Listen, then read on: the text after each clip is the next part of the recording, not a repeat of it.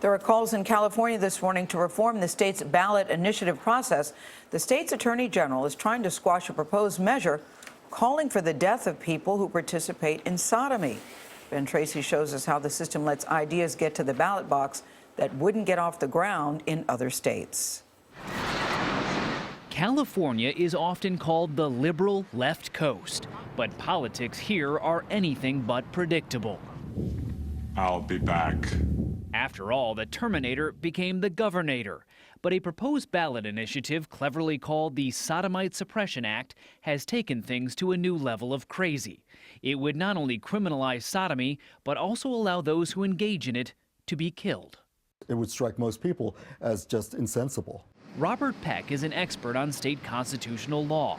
California is often used as an example when you study state constitutional law of how easily things can get into a state constitution. You just have to pay $200 and file some forms is basically all you need to start the process.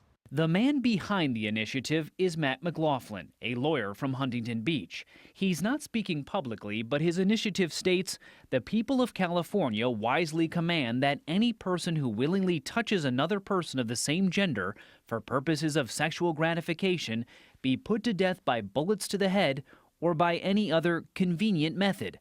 He does not specify what other forms of death he finds convenient. But what's inconvenient for Mr. McLaughlin is that he needs more than 365,000 signatures to get his proposal on the ballot.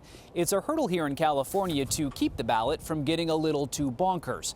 In the past, somebody wanted to outlaw divorce and more recently break California up into 6 different states. That didn't happen. California's Attorney General Kamala Harris can't simply quash a ballot proposal for being intolerant, but one Californian is taking her own initiative. Charlotte Laws just filed the Intolerant Jackass Act, which would force anyone proposing killing gays or lesbians into sensitivity training. In reality, neither of these proposals would be legal, so even if they pass, they wouldn't last. But when the weather is this blissfully boring, at least Californians have something to talk about. For CBS This Morning, Ben Tracy, Los Angeles. I'll bet the Intolerant Jackass Act got your attention. What did you say again?